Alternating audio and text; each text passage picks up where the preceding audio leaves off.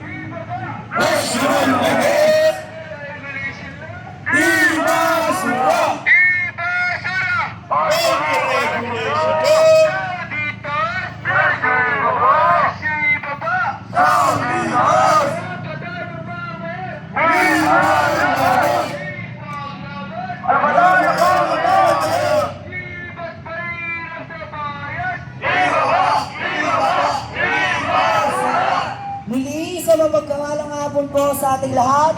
Panibagong araw na naman ang lulubog at panibagong araw na naman po matatapos para sa ating pakikipaglaban, pagsigaw ng ating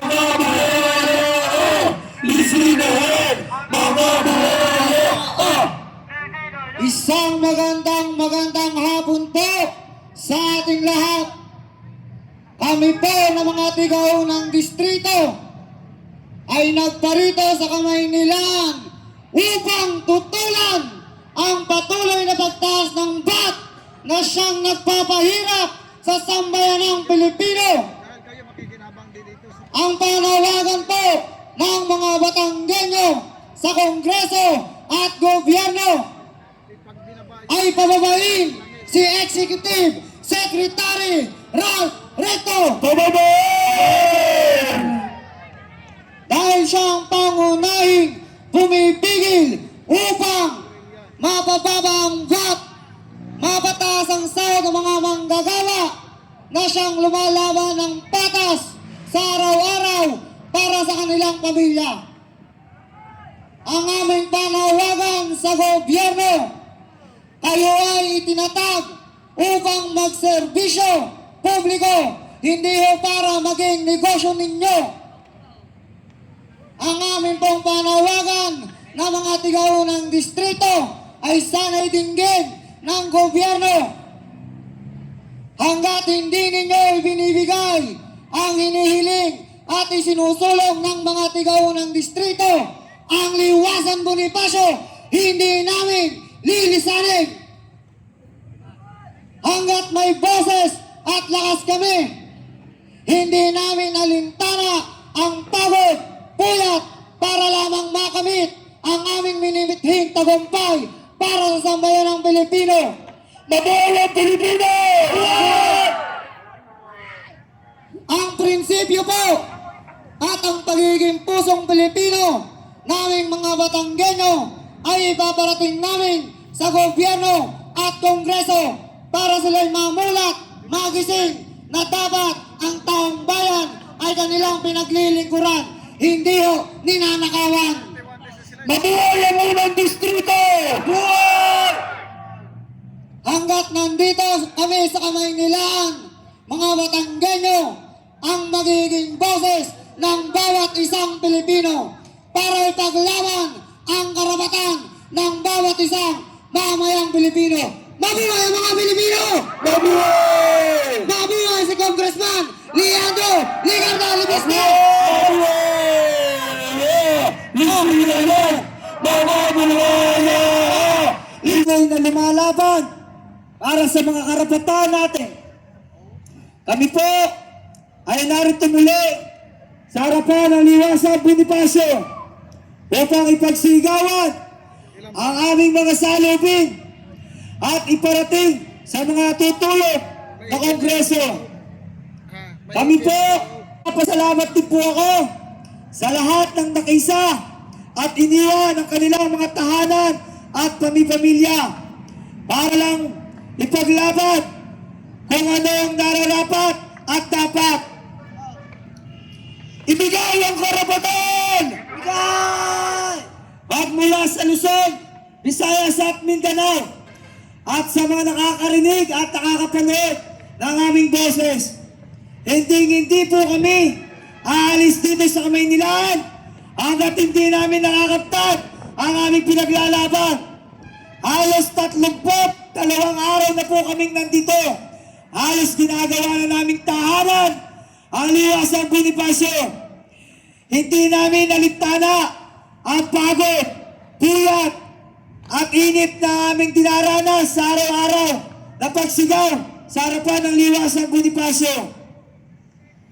Kaya napapanahon na po na buksan natin ang ating mga mata at buksan natin ang ating mga isipan para makita natin kung gaano na naghihirap ang ating mga mamamayang Pilipino. Napapanahon na po na isigaw natin, ba't alisin? Rekto tanggalin! Rekto tanggalin! Ba't alisin? Ang laban pong ito ay hindi lamang po laban ng mga tagahon ng distrito. Laban po ito ng isang bawat mamamayang Pilipino na lumalaban ng patas at nagbabalat ng buto para sa kanilang pamilya. Na sila ay lumalabas sa lansangan, hindi alam kung paano maghahanap buhay dahil sa pagtaas ng value-added tax at mga bilihin, dahil sa pangunguna ni Ralph Recto sa pagtaas ng mga bilihin. Kaya marami ang naghihirap sa ating bansa. Kaya si Ralph Recto dapat na natin pababain! Pababain ang buhayo! Pababain! Pababain! Maraming salamat po.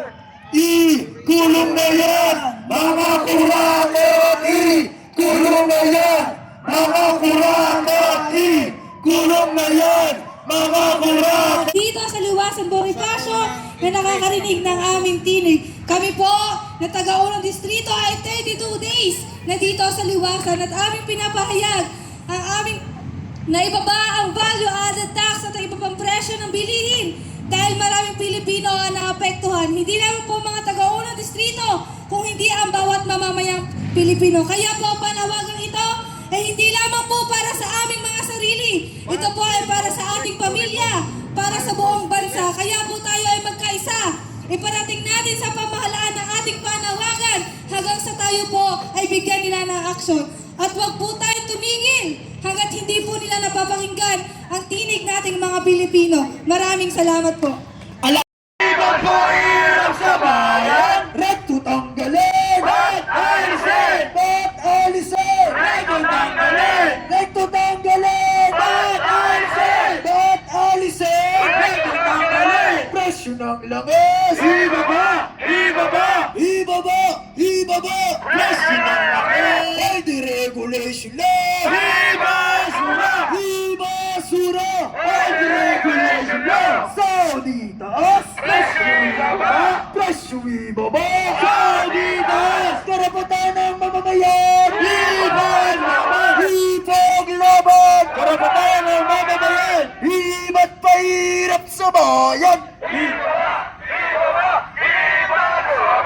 Ibaba! Ibaba! Ibasura! Iba't mahirap sa bayan! All the regulation law! Ibasura! Saudi taas! Presyo ibaba! Presyo ibaba! Saudi taas! Karapatan ng mamamayan! Ipaglaban! Ipaglaban! Karapatan ng mamamayan! Iba't mahirap sa bayan! Ibaba! Ibaba! Ibasura! Ibaba! Ibaba! Ibasura! Iba't mahirap sa bayan! Recto tanggalin! Ba't alisin? Ba't alisin? Recto tanggalin! Recto tanggalin! Ba't alisin? Ba't alisin? Recto tanggalin! Recto tanggalin! Ba't alisin? Presyo ng langis! Ibaba! Ibaba!